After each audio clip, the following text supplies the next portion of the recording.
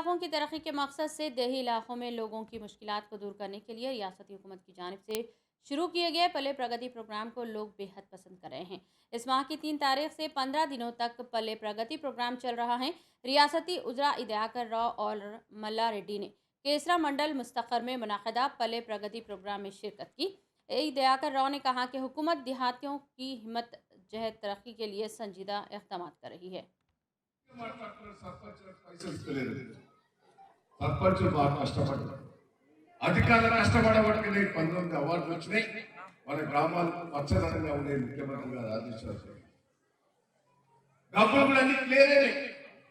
ఏమైనా ఫండ్ ఉంటే కేంద్ర ప్రభుత్వం నుంచి రావాల్సిన డబ్బే ఉన్నది. సర్పంచులు అర్థం చేసుకోవాలి. కాంగ్రెస్ పార్టీలు మూర్ఖులు, బీజేపీ చెడగొట్టగలరు. మీరు ఒక్క